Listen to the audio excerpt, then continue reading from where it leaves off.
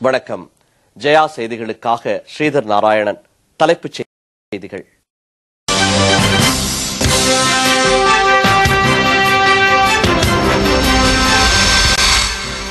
காவிரி நீரில் தமிழகத்திற்குரிய பங்கை பெறுவதிலும் மாநிலத்தின் உரிமையை நிலைநாட்டுவதிலும் அஇஅதிமுக அரசு உறுதியுடன் செயல்படும் என முதலமைச்சர் ஜெயலலிதா அறிவிப்பு. காவிரி ஆற்றின் குறுக்கே கர்நாடக அரசு புதிய அணை கட்டுவதை தமிழகம் எந்த சூழ்நிலையிலும் அனுமதிக்காது என்றும் உறுதி.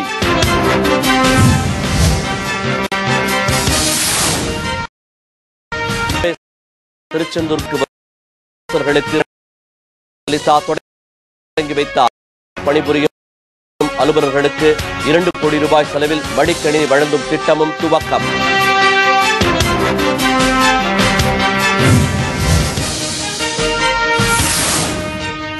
இடைநிலை ஆசிரியர் பயிற்சி பெற்ற பார்வையற்ற மாற்றுத்திறனாளிகளுக்கு ஆசிரியர்களுக்கான பணி நியமன ஆணைகள் முதலமைச்சர் ஜெயலலிதா வழங்கினார்.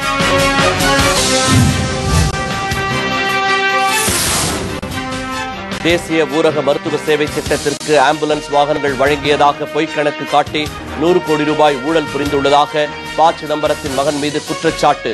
சிபிஐ விசாரணைக்கு உத்தரவிட வலியுறுத்தி பாரதிய ஜனதா மனு.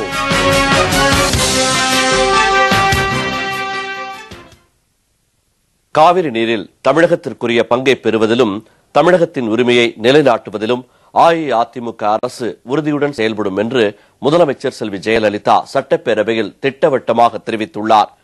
மேலும் காவிரி ஆற்றின் குறுக்கே கர்நாடக அரசு புதிய அணை கட்டுவதை தமிழகம் எந்த சூழ்நிலையிலும் அனுமதிக்காது என்றும் அவர் தெரிவித்துள்ளார். தமிழக சட்டப்பேரவையில் இன்று காவிரி நதிநீர் பிரச்சினை குறித்து சிறப்பு கவன ஈர்ப்பு தீர்மானம் கொண்டுவரப்பட்டது. முதலமைச்சர் செல்வி ஜெயலலிதா இந்த தீர்மானத்திற்கு பதிலளித்து உரையாற்றினார். அப்போது அவர் காவிரி நீரில் தமிழகத்திற்குரிய பங்கை பெறுவதிலும் தமிழகத்தின் உரிமையை நிலைநாட்டுவதிலும் தாமும் தமது அரசும் உறுதியுடன் செயல்படுவோம் என்று திட்டவட்டமாக தெரிவித்துள்ளார். இந்த சிறப்பு கவன ஈர்ப்பு தீர்மானத்தில் பங்கேற்று பேசிய மாண்புமிகு உறுப்பினர்கள் காவிரியிலிருந்து தமிழ்நாட்டிற்கு கிடைக்க வேண்டிய என்ற கருத்தினை வலியுறுத்தி பேசியுள்ளார்கள். காவிரி நடுவர் மன்றம் 5/2/2007 அன்று தனது இறுதி தீர்ப்பினை வழங்கியது. இந்த இறுதி தீர்ப்பு மத்திய அரசிதழில் பிரசுரிக்கப்பட்டிருக்க வேண்டும். அவ்வாறு உடனே பிரசுரிக்கப்பட்டிருந்தால் இந்த இறுதி ஆணை செயல் வடிவம் பெற்றிருக்கும். ஆனால் காவேரி தாவாவில் தொடர்புடைய அனைத்து மாநிலங்கள், அதாவது தமிழ்நாடு, கர்நாடகா, கேரளா, புதுச்சேரி ஆகிய மாநிலங்கள் மற்றும் மத்திய அரசு இது தொடர்பாக விளக்கங்கள் கேட்டு காவேரி நடுவர் மன்றத்தை அணுகின. இது மட்டுமல்லாமல் தமிழ்நாடு, கர்நாடகா மற்றும் கேரள மாநிலங்களின் சார்பில் உச்சநீதிமன்றத்திலும் மேல்முறையீட்டு மனுக்கள் தாக்கல் செய்யப்பட்டுள்ளன.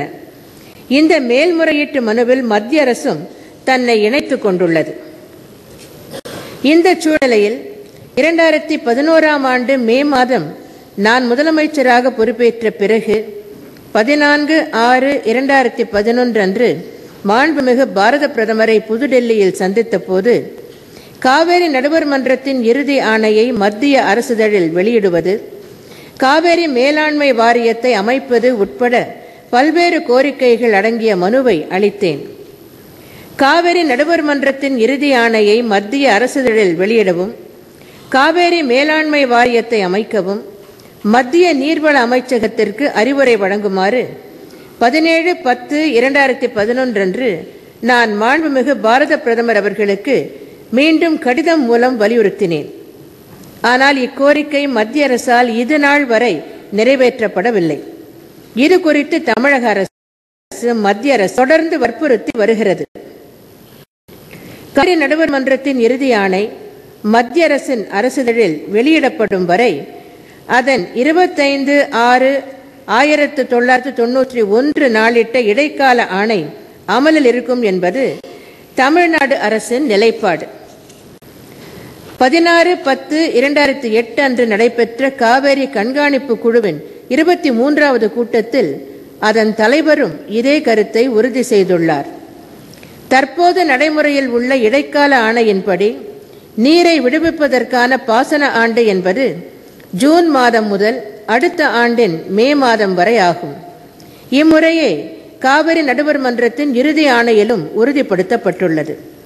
மேலும் நடுவர் மன்ற இறுதி ஆணையில் பாசன காலம் என்பது ஜூன் 1ஆம் தேதி முதல் அடுத்த ஆண்டு ஜனவரி 31ஆம் நாள் வரை என குறிப்பிடப்பட்டுள்ளது. காவிரி நதிநீர் தாவாவினை காவிரி நடுவர் மன்றம் முடிவுக்கு கொண்டு வந்த நிலையில் அதன் 25/6/1991ஆம் நாளிட்ட இடைக்கால ஆணை காலாவதி ஆகிவிட்டதென்றும் நடுவர் மன்றத்தின் இறுதி ஆணை இன்னமும் நடைமுறைக்கு வராத நிலையில் இடர்பாடு காலத்தில் நீரை பகிர்ந்து கொள்ளுதல் மற்றும் கர்நாடகாவில் பாசனம் மேற்கொள்ளுதல் உள்ளடக்கிய அனைத்து அம்சங்களுக்கும் இந்த இறுதி ஆணை ஒரு தற்காலிக ஏற்பாடாகவே இருக்கும், அதாவது புரோட்டெம் கவர்னிங் ரெஜிம் ஆக இருக்கும் என கர்நாடக அரசு கருத்து தெரிவித்து வருகிறது. கர்நாடக அரசு இக்கருத்தை கூறிய போதிலும் நடுவர் மன்றத்தின் இடைக்கால ஆணைப்படியோ அல்லது இறுதி ஆணைப்படியோ தமிழ்நாட்டுக்கு நீர் வழங்குவதில்லை. கர்நாடக அரசு தன்னுடைய நீர்த்தேக்கங்களில் எல்லா நீர்வரத்தையும் தேக்கி உபரி நீரை மட்டுமே தமிழ்நாட்டிற்கு வழங்கி வருகிறது. கர்நாடக அரசு நேர்மையற்ற வகையில் பிப்ரவரி முதல் மே மாதம் வரையில் தனது கோடைக்கால பாசனத்திற்காக அதன் நீர்த்தேக்கங்களிலிருந்து நீரை உபயோகப்படுத்திக் கொண்டு வருகிறது. கர்நாடகத்தின் கருத்தை தற்காலிக ஏற்பாடாக இருக்கும் காவிரி நடுவர் மன்றத்தின் இறுதி ஆணையை பின்பற்றினால் கோடைக்கால பயிர் பாசனத்திற்கு நீர் பயன்படுத்தக்கூடாது.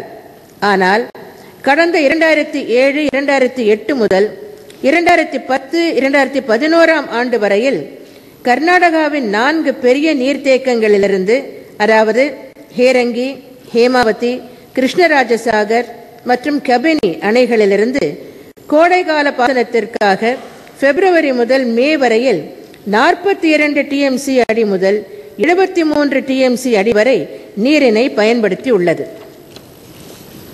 இவ்வாறு கோடைகால பாசனத்திற்காக நீரை பயன்படுத்தாமல் அடுத்த பாசன பருவகால உபயோகத்திற்கு கர்நாடக அரசு நீரை தேக்கி வைத்திருக்க வேண்டும். இதை தவிர காவிரி நடுவர் மன்றம் அதன் இறுதி ஆணையில் கர்நாடக அரசு அதன் 4 பெரிய நீர்த்தேக்கங்களிலிருந்தும் பாசன காலத்தில் நீரை பயன்படுத்திக் கொள்ள ஆண்டொன்றிற்கு மொத்தமாக ஒதுக்கீடு செய்துள்ள 103.240 டிஎம்சி அடிக்கு பதிலாக 203 டிஎம்சி அடி வரை நீரினை பயன்படுத்தி உள்ளது. மேலும் தமிழகத்திற்கு குறுவை சாகுபடிக்கு தண்ணீர் அவசியம் தேவையான ஜூன் மற்றும் ஜூலை மாதங்களில் காவிரி நடுவர் மன்ற ஆணையின்படி தண்ணீரை வழங்குவதில்லை. கர்நாடக அரசு கோடைகால பாசனத்திற்கு நீரை பயன்படுத்துவதால் பருவமழை தொடங்கியவுடன் எல்லா நீர்வரத்தையும் தன் நீர்த்தேக்கங்களில் தேக்கி அவை நிரம்பிய பின்னரே தமிழகத்திற்கு நீர் வழங்குகிறது. இதனால் மேட்டூர் அணைக்கு நியாயப்படி வந்து சேர வேண்டிய தண்ணீர் பெறப்படுவதில்லை. எனவேதான் தமிழகத்தின் உரிமையை பாதுகாக்கவும் விவசாயிகளின் நலனை கருத்தில் கொண்டும் கர்நாடக அரசு பிப்ரவரி முதல் மே மாதம் வரையில் கோடைக்கால பாசனத்திற்கு அதன் 4 நீர்த்தேக்கங்களிலிருந்து நீரை பயன்படுத்தக்கூடாது என உத்தரவு வழங்க கோரி உச்சநீதிமன்றத்தில் ஓர் இடைக்கால மனுவினை 21/3/2012 அன்று எனது தலைமையிலான தமிழக அரசு தாக்கல் செய்துள்ளது. காவேரி நீரில் தமிழகத்திற்கு உரிய பங்கை பெறுவதில் தமிழகத்தின் உரிமையை நிலைநாட்ட